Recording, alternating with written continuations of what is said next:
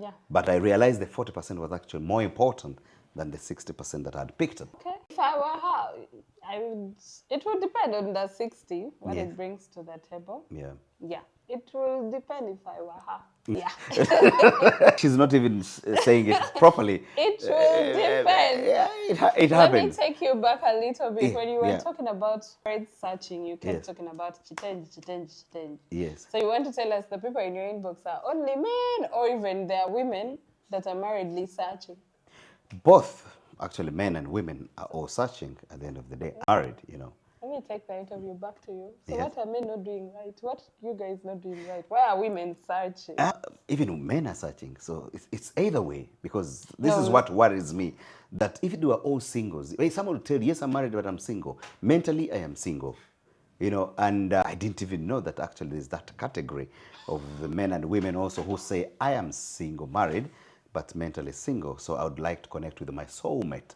So the soulmate, means that when people are choosing partners, soulmate are not important. It's what you can put on the table. It's what you can provide, okay? And then I realized that where money becomes a challenge, then relationships also crumble. So you are no longer soulmate, you're no longer the handsome man, you're no longer the tall man, you're no longer, everything goes down. And then I have a category of women who say, I want a financially stable man. I think those ones are much better because they know what they want. So what do you think is causing more of this that is happening now than what was there before? Okay, I would imagine we are in a generation of so much pressure. Yeah. We're in a generation where our people are forcing a life they're actually not living. Makes sense? That's why the first thing I said, let this topic be about telling people live a little. I've had stories of people that are pretending I got married to this man because he's financially stable, and they're trying to give us this impression it's the man who is financially stable. But when you dig back, the chick kindly comes from a wealthy family and she's been financing. So there's so much pressure on social media, and sometimes what you see is not what is the reality.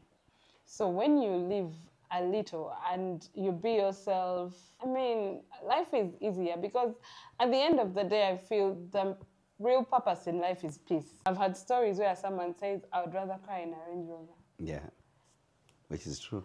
Crying is crying. You will cry in that Range Rover and that Range Rover will feel like shit. Yeah. Now I say I would rather stay happy walking than cry in a Range Rover because crying is crying. There's a story of a young lady. She was telling me about how she navigated through the life of marriage until eventually the man had to physically walk out of the house and leave her there.